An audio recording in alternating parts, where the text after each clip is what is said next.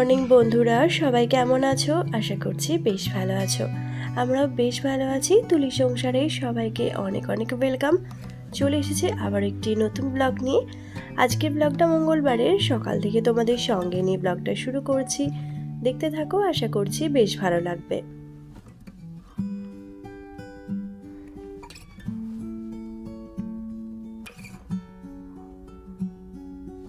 Morning walk থেকে ফেরার সময় ফুল নিয়ে ফিরি প্রত্যেকবারেই। আর ফেরার পর বাড়ি এসে একটু বাটার টোস্ট করে নিয়েছিলাম।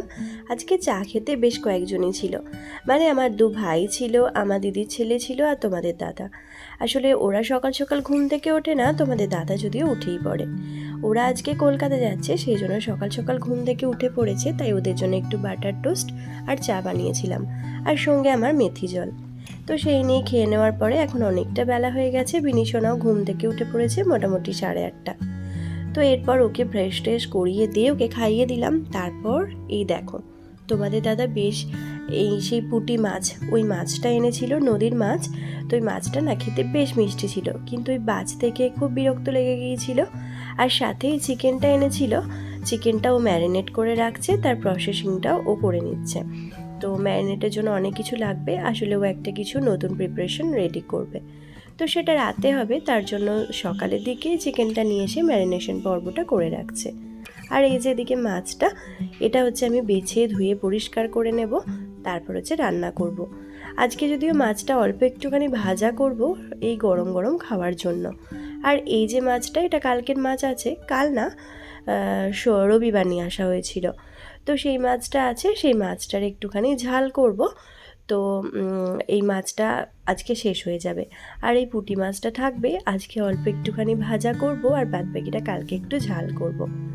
তো আজকে আমার একটা ভীষণ বড় কাজ আছে, যেটা হচ্ছে সবার আগে করে নেব। রান্না বান্না করে নিয়ে এখন চলে এসেছি সেই কাজটা করে নেওয়ার জন্য। এই ঘরটা বেশ কয়েকদিনে হয়ে গেছে ডিপ ক্লিনিং করা হয়নি, তাই এই রুমটা পুরোপুরি ডিপ ক্লিনিং করব।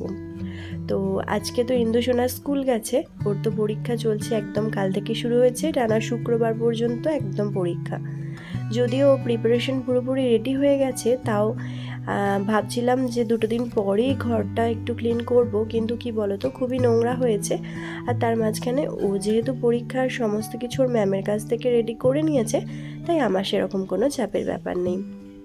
ওই রাত্রেবেলা ম্যাম পড়িয়ে যাওয়ার পর আমি একটু করে পড়াতে বসাই। আসলে এই সপ্তাহটা ওর একটু চাপই আছে। একে তো পরীক্ষা চলছে, তার মধ্যে ওর 2টো করে, মানে বিকাল আর সন্ধে দুটোতেই 2টো করে পড়া আছে, সেই জন্য ওর একটু চাপই চলছে। আর ওই জন্য রাতের দিকটা খুব একটা আমি ওকে মানে পড়া নিয়ে বকুনি বা পড়তে বসা নিয়ে ঝামেলা করি না। যতটুকু ওর মন চায় ততটুকু একটুখানি পড়ে নেয়, আর তারপর ওকে খেতে দিয়ে দিই।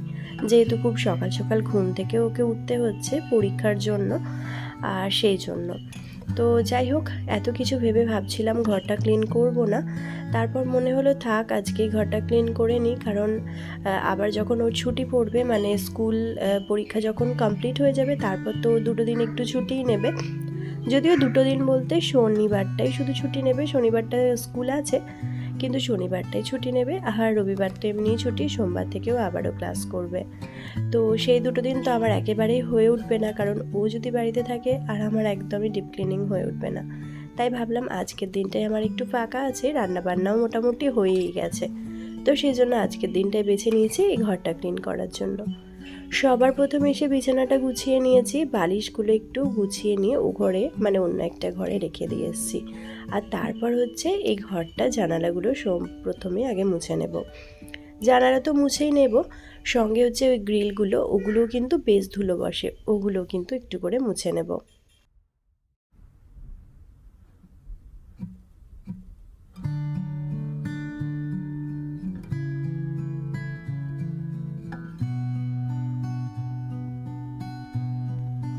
আর কি বলতো, বর্ষাকালে না ঘরেতে খুব ঝুল হয়, আর শীতকালে সেরকম ঘরেতে খুব ধুলো হয়। যদিও এই ঘরটা তো রাস্তার ধারে না, কিন্তু কি যে এত ধুলো হয় ভেবে পাই না। প্রায় সময়ই তো এই জানালাগুলো বা জানালার গ্রিলগুলো পরিষ্কার করি, তারপরে যে কোথা থেকে এত ধুলো হয়ে যায় বুঝে উঠতে পারি না। সামনাসামনি যে জায়গাটা পরিষ্কার সেটা তো রোজই পরিষ্কার হয়, কিন্তু এই জানালাগুলো রোজই তো মোছা হয় না, কারণ রোজই মোছা সম্ভব হয়ে ওঠে না। বাচ্চা সামলিয়ে তারপর আরেক বাচ্চার পড়াশোনা, সংসারের সমস্ত কাজ সব কিছু মিলিয়ে না সবসময় সব কিছুটা হয়ে ওঠে না। তো যখন যেটা পারি তখন সেটা করে নিই। মাঝে মাঝেই চেষ্টা করি যে ঘরগুলো সুন্দর করে পরিষ্কার পরিচ্ছন্ন করে রাখতে। আর সেই জন্যই প্রায় অনেকটা পরিশ্রম হওয়া সত্ত্বেও কিন্তু এই ঘর ক্লিনিংয়ের কাজটা কিন্তু আমি মাঝে মাঝেই করি, যার ফলে ঘরগুলো কিন্তু পরিষ্কার থাকে। আর জানো তো, এই শীতকাল ভোর আমার তো ভীষণ অ্যালার্জির সঙ্গে তোমাদের দাদারও, আমাদের দুজনের। আমার তো প্রচুর পরিমাণে ডাস্ট অ্যালার্জি, তো সেই কারণে ধুলোতে তো আমার খুবই কষ্ট হয়। ঘর যখন পরিষ্কার করি তারপরে সারাটা বিকেলের পর থেকে আমি তো একদম উঠতেই পারি না, কারণ আমার প্রচণ্ড হাঁচি কাশি এই সমস্ত শুরু হয়ে যায়। কিন্তু তারপরেও কিন্তু আমাকে এই সমস্তটা করতে হয়, কারণ আমার নিজের তো একটা শরীর খারাপ হবে সেটা তো অবশ্যই, কিন্তু তারপরেও কি বলতো, বাচ্চারা তো আছে, এবার আমার থেকেও ওদের কিন্তু আরও বেশি ওই ধুলোতে হাঁচি কাশি হবে। আর সেই ভয়েতে আমি ঘরটা খুব একটা ধুলো পড়তে দিই না, বা সবসময় চেষ্টা করি ওদের জন্য পরিষ্কার রাখতে। আর এই যে দেখো, আমি এখানে পরিষ্কার করছিলাম, আমার বিনিশোনাও কিন্তু চলে এসেছে। ওই যে ওকে আটকে রাখা যায় না, যখন দিদি থাকে তখন দিদির সঙ্গে থাকে, আর যখন দিদি থাকে না তখন তো আমার পেছন পেছনেই ঘুরে বেড়ায়। তো ওকে নিয়ে পরিষ্কার করতে হয়। মাঝে মধ্যে নিজের খেলনা নিয়ে চুপচাপ বসে থাকে, আবার মাঝে মধ্যে আমার পেছনেই ছুটোছুটি করে।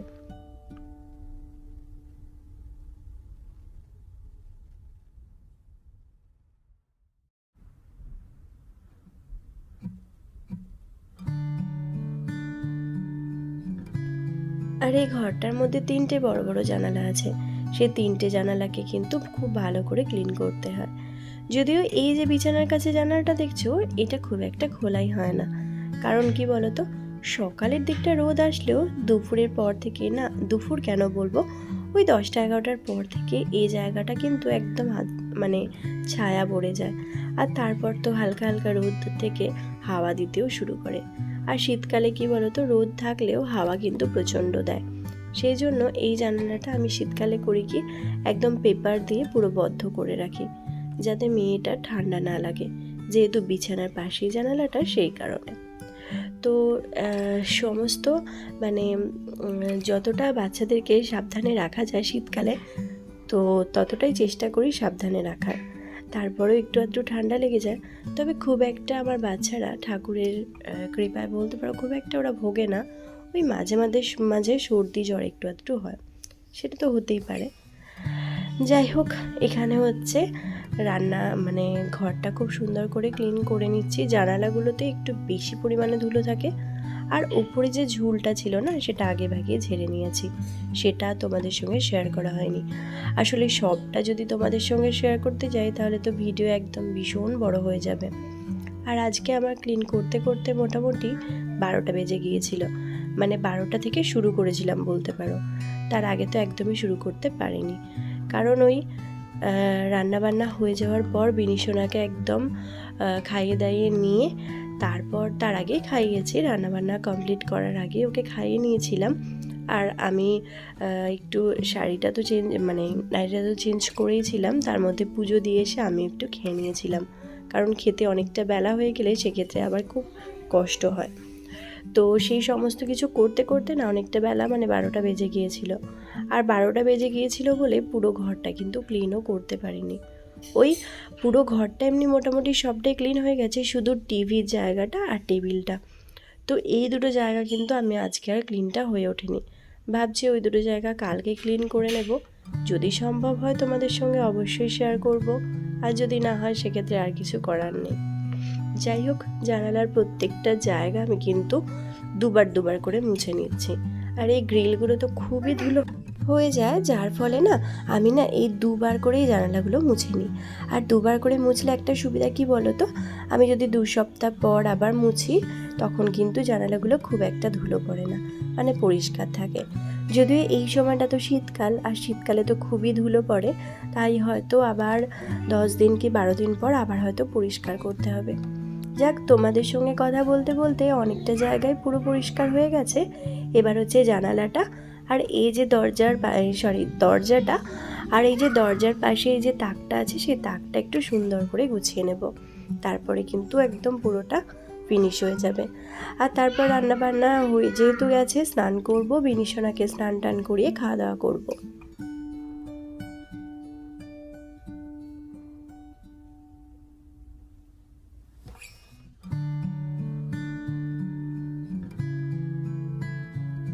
সকালবেলা ঘুম থেকে উঠেছি 6টার দিকে, আর তারপর ঘুম থেকে ওঠার পরেই যে কাজ সমস্ত শুরু হয়ে যায়, তারপর কিন্তু কাজের একটাও শেষ নেই।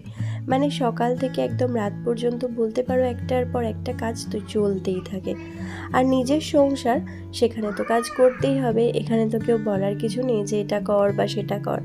তো সেক্ষেত্রে নিজের সংসারকে কিন্তু নিজের মতো গুছিয়ে নিজেকেই রাখতে হবে, আর তার জন্য নিজেকে কিন্তু একটু বেশি পরিশ্রম করতে হবে। আর সেই হিসেবে সেটা করেও কিন্তু ভালোই লাগে। আমার তো বেশ ভালোই লাগে, কারণ সারাটা দিন আমার সময় কেটে যায়। মাঝে মাঝে আমার যে কাজের দিদিরা আছে, তো তারা বলে আমার বিনিশোনা যখন স্কুলে ভর্তি হয়ে যাবে তখন আমার কীরকম দিন কাটবে। সত্যি কথা বলতে সত্যি এটা আমার ভীষণ ভাবনার বিষয়, কারণ এখনও বিনিশোনা এই 3 বছরের, তাই এখন ওকে স্কুলে ভর্তি করিনি। কিন্তু এরপর যখন ওকে স্কুলে ভর্তি করব, ওর তো সারাটা দিন স্কুলে কাটবে, তখন আমার কীরকম দিনগুলো কাটবে। কারণ এখন তো কিন্তু প্রায় সকাল 7টার দিকে বেরিয়ে যায়, আর ওই 1:30টার দিকে বাড়ি ফেরে। তারপর বিনিশোনা যখন স্কুলে ভর্তি হবে, তারও তো সেরকমই রুটিন চলবে। সেক্ষেত্রে আমার একটু অসুবিধাই হবে, কারণ বাড়িটা পুরো ফাঁকা হয়ে যাবে।